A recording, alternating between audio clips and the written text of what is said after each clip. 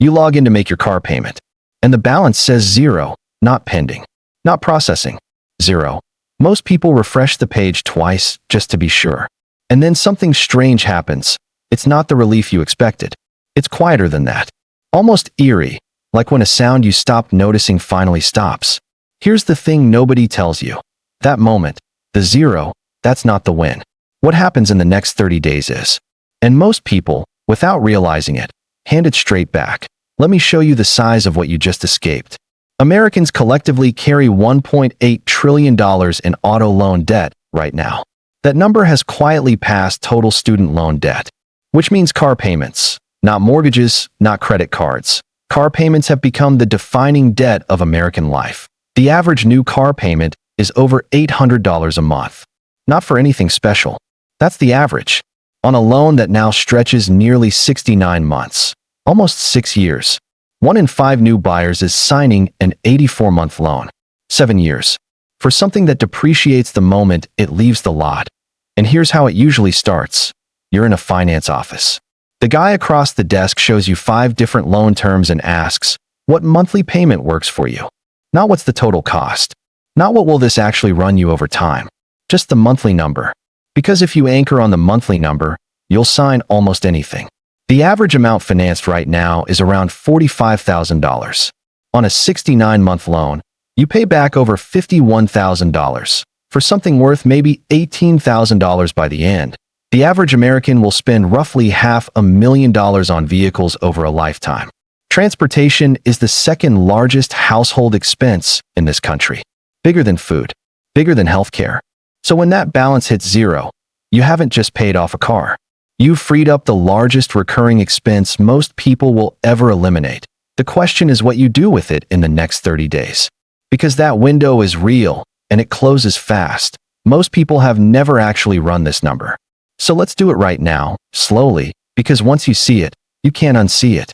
The S&P 500 has returned roughly 10% annually going back nearly 100 years.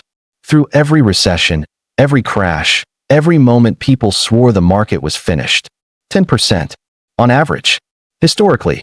Take $700 a month and put it in a simple index fund. After 5 years, $54,000. After 10 years, $143,000. You put in $84,000. The market added $59,000 just for showing up consistently. Year 20, $531,000. Your contributions, $168,000. Market growth, $363,000. More than double what you put in. Year 30, $1.58 million. You contributed $252,000 of your own money. The market contributed $1.33 million. You didn't earn that $1.33 million. You just didn't interrupt it. Here's the part that's worth sitting with. Around year 8, the returns start exceeding your contributions. The market is now depositing more per year than you are. The final decade alone, years 20 through 30, accounts for nearly 2/3 of your total wealth, which means every year you delay doesn't cost you 1 year's worth of payments. It costs you the most expensive part of the ending balance. The car payment isn't costing you $800 a month. It's costing you $1.33 million. Nobody puts that on the sticker. There's something that doesn't get talked about enough in personal finance. The part that isn't about numbers at all. You know that thing that happens at 2 a.m. on a random Thursday? You weren't stressed when you went to sleep. Nothing specific happened. But your brain starts running numbers anyway. How much is in checking when the payment hits? Does the timing work this month? What happens if something comes up? That's not anxiety. That's debt. Occupying mental real estate you didn't consciously give it. Running in the background. All the time. Whether you're thinking about it or not. A 2019 study published in PNAS tracked nearly 200 people who received unexpected debt relief and measured what actually changed. Cognitive performance improved by about 1/4 of a standard deviation. Anxiety dropped 11%. Short-term thinking, the desperate, reactive kind, decreased by 10%. And the most counterintuitive finding, the number of separate debt accounts mattered more than the total dollar amount.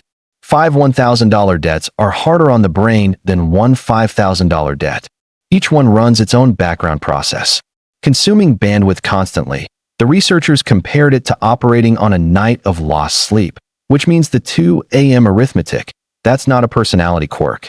That's a measurable cognitive tax on everyone. And it disappears when the debt does. The APA has ranked money as the #1 source of stress in America every single year they've measured it. Not health, not relationships, money, every year. So when people describe what changes after a car payoff, they don't just say relief. They say things feel clearer, calmer. Like a hum they stopped noticing finally went quiet. That clarity is real. The problem is, it only lasts about 90 days before the industry wins it back. The month your loan ends, $800 extra shows up in your checking account. It doesn't land feeling like wealth-building capital. It just sits there, looking like breathing room. The economist Richard Thaler, Nobel Prize winner, proved something called mental accounting. People treat money differently based on which mental category it lands in. That $800 doesn't automatically move to the future bucket. It goes into available income. And available income gets spent. Slightly nicer dinners. A phone upgrade.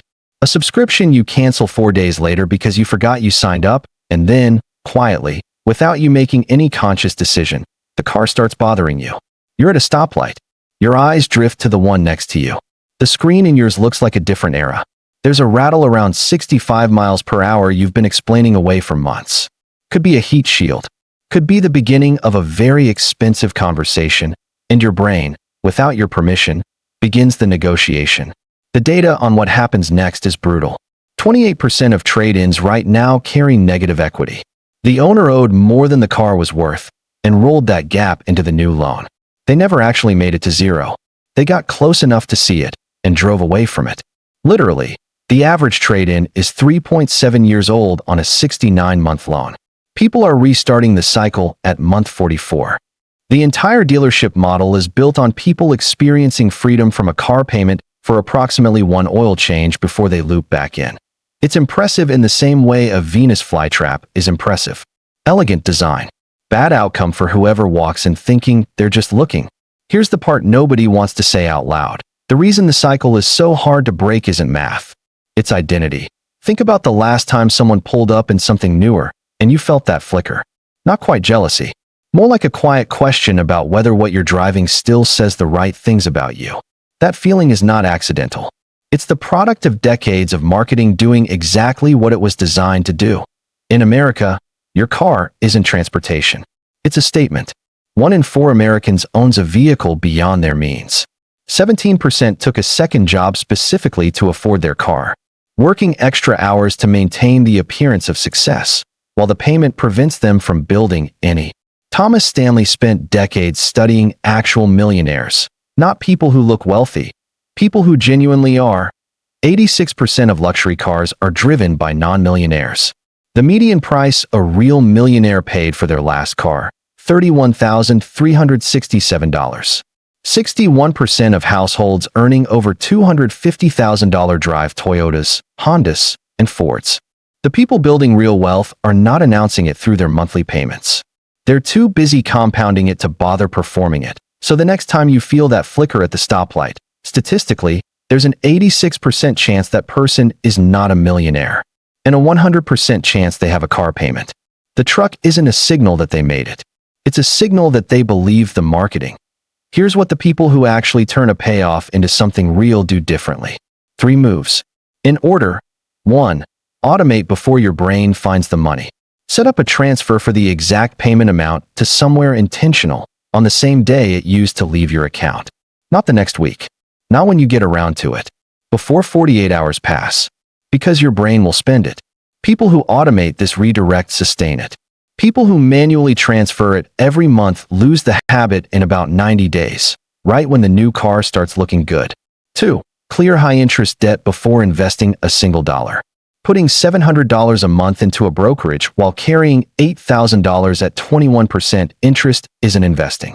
It's bailing out a sinking boat while ignoring the hull. No emergency fund? Build 3 months of expenses first. In a high-yield savings account. It's the thing that keeps a $1,200 repair from becoming a credit card balance that follows you for years. Emergency fund solid.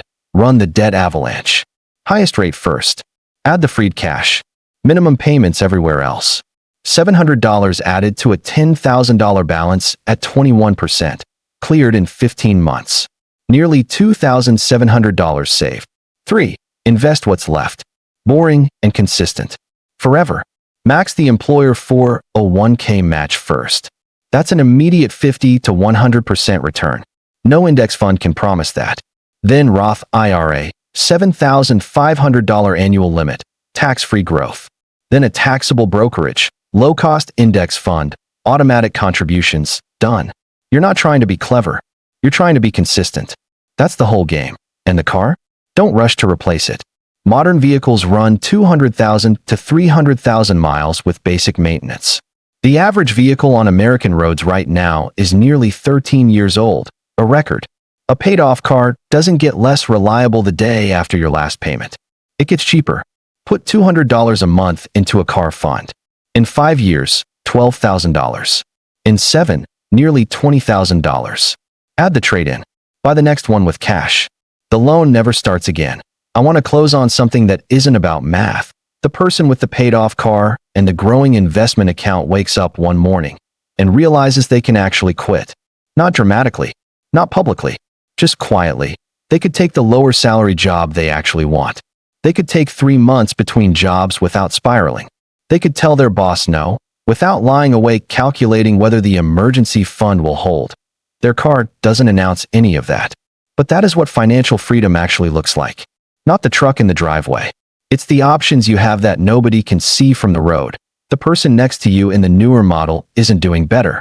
They're financing a different set of decisions. And the payment requires the income every month, whether anything else works out or not. You're not looking at someone who got further ahead.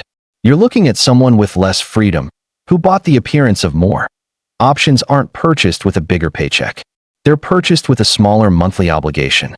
That's what the $75,000 truck doesn't tell you. That's what the finance office doesn't put in the brochure. So if you ever log in and see that balance hit 0, don't refresh the page and go look at new cars. Do the boring thing. Set up the transfer before the week is out. Keep driving the paid-off car. Let the number in the investment account quietly become the most important number in your financial life, even though nobody will ever see it from the road. That's where the real win is. Not in the payoff. In the 30 days after. If this connected, subscribe. We cover the decisions that look ordinary in the moment and look enormous 20 years later. Not a financial advisor. Just the patterns that keep showing up in people who end up with options.